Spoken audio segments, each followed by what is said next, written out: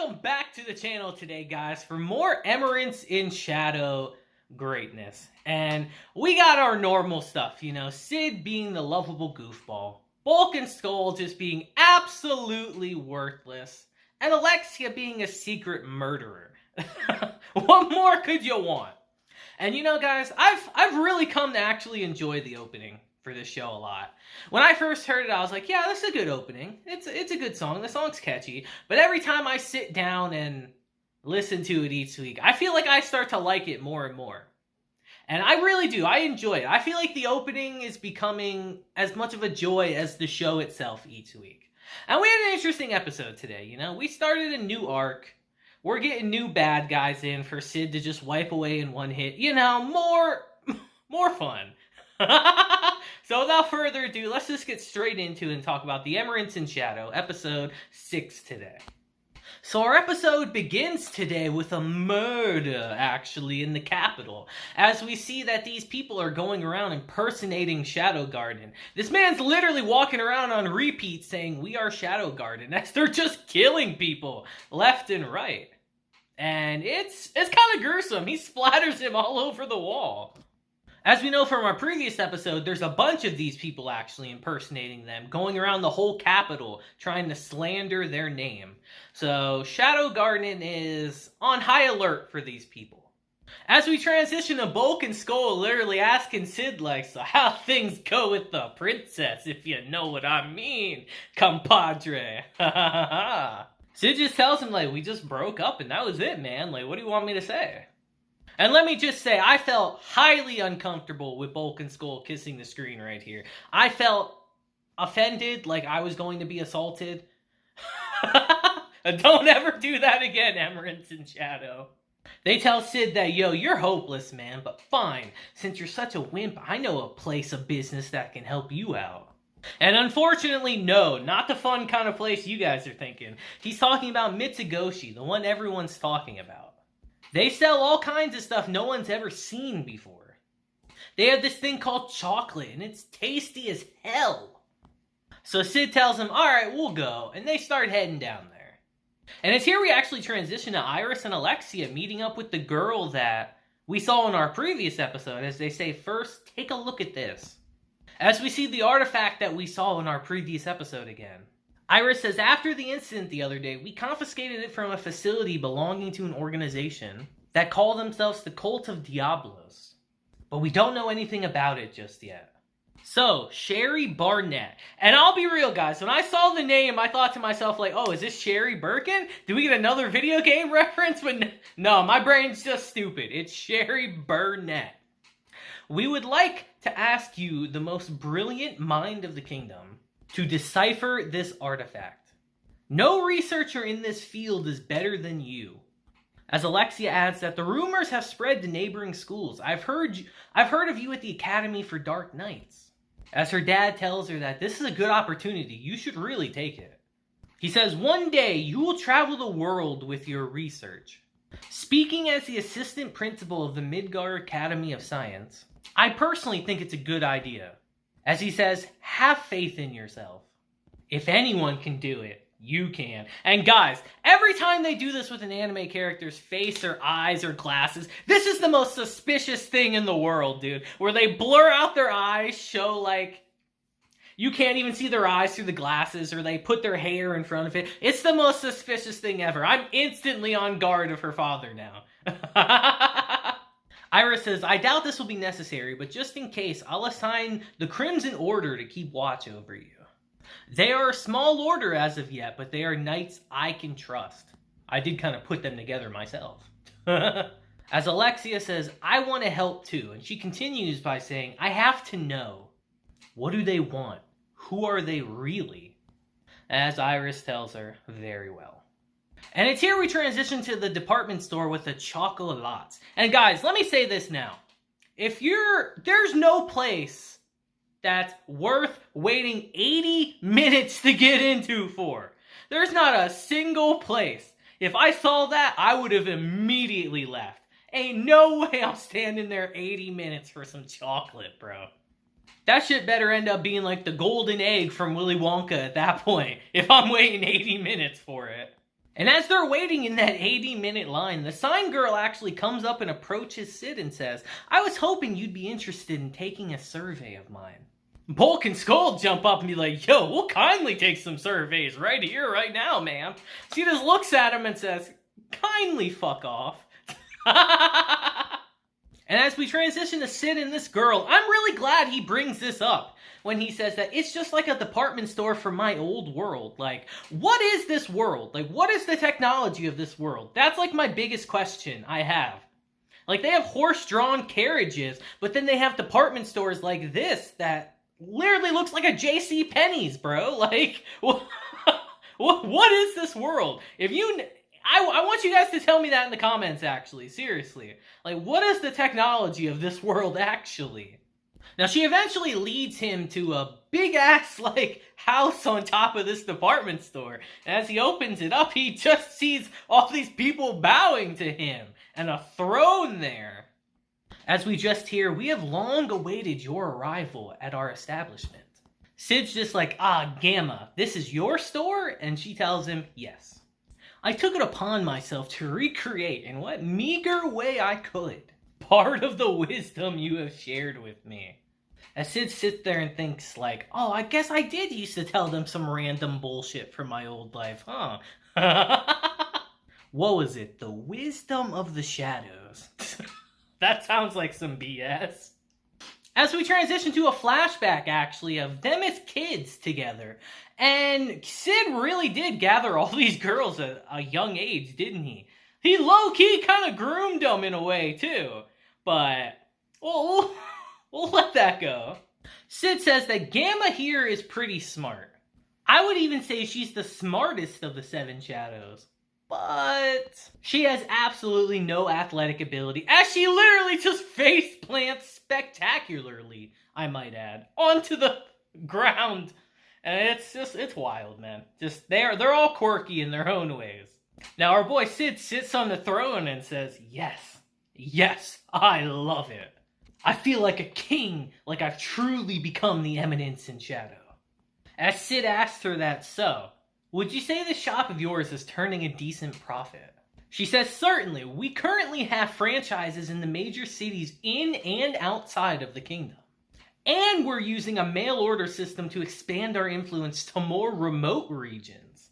We have approximately 1 billion zenny at our immediate disposal." Sid's literally looking at this money like, yo, what the fuck, 1 billion? She used my knowledge to build all of this without me and made a crap ton of money. She changes the subject, though, and says, "I believe I know why you have honored us with your presence." She continues and says, "It's about the fool that's appeared in the royal capital, who donned darkest black and claimed to be Shadow Garden. We are currently investigating the situation, but we have yet to apprehend the perpetrators." Now, Sid, hearing about a killer in the capital, remembers his time with Alexia, as he says to her that, "I have an idea who it is." And as Sid's trying to leave, Gamma actually reintroduces the girl that brought him here and says, "This girl is new, the newest of the numbers. She hasn't been with us long, but even Lady Alpha acknowledges her skills." Sid literally just eyes her up and says, "I'll call if I need you." And guys, Sid is such a freaking goofball in this scene. Before he leaves, he says, "Oh, I kind of want some chocolate, by the way, while I'm here." But he doesn't really care about that. He uses that as an excuse just so he can go and take a coin from the pile. Like, bro, this is your coins. These are your coins. You're stealing from yourself. This freaking guy, dude. And it's here when him and Bulk and Skull are running home that night that he thinks to himself, like, man, I can't believe Alexia would go around killing people indiscriminately. I guess she finally lost it. Alright guys, but jokes aside though, like, she literally tried to murder this guy. If this was anyone else, like, she would have literally murdered him right then and there. Like, what? This shit's kind of wild. But while they're running, Sid notices that there's a fight going on, so he has to ditch Bulk and Skull to go see what's really going up. As he tells them, "Guys, I have to shit. I can't hold it in anymore. It's gonna come down my pants while I'm running." Bulk and Skull are like, damn, a choice between honoring the rules and his personal honor. Sid tells them, leave. Go on without me. I don't want anyone to see the atomic bomb I'm about to drop in my pants. As they run off teary-eyed, like, your sacrifice won't be in vain, my friend. We'll never forget you. And I love that Sid's just emotional. He's like, alright, that's enough of that. Let's go see what's going on now. As we actually transition to Alexia in a fight with one of the Shadow Garden imposters. As Sid just watches everything from above. And she actually ends up defeating him pretty handedly. But it's here that two more come, and they actually jump her. And the guy she was fighting before actually ends up landing a clean hit on her. I just think it's hilarious how Alexia's just like, you would do this to a delicate maiden? Like, who's that here? I don't see one. Where's a delicate maiden? But right before the three of them are about to cut her down, we actually see Sid jump in and save her again. As Sid says, fools who claim the name of Shadow Garden, you will pay for your crime with your life. And upon seeing him, they get the hell out of there, and Sid tries to chase them down, but Alexia stops him. She asks him, tell me, what do you want? What do you use all that power for? What are you fighting against? As Sid just looks at her and tells her to stay out of it. As she runs off and she passes out then and there. And at this point, guys, I have to bring this up again. You know I was going to. Like, how the hell does she not know, or at least have an idea, that this is someone she knows at this point? Like, there's no way. Think the first incident in the sewers. That could be happenstance. Like, oh, he happened to show up. The city is getting attacked. They were already here. He happened to show up. But he saved her twice. Twice now. At some point, you gotta think, like, well, why is he saving me of all people? Like, is this someone I know? Like, she's gotta know. There's no way. No way. I refuse. If she doesn't know, that's actually kind of stupid. As we see Sid catch up to them, cut one of them down and say, don't tell me you thought you could get away from me of all people.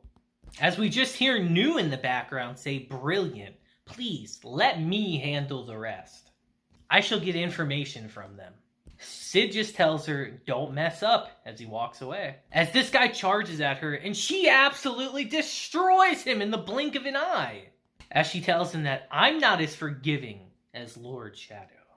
And it's here we transition to our new antagonists, who I imagine are Knights of the Round.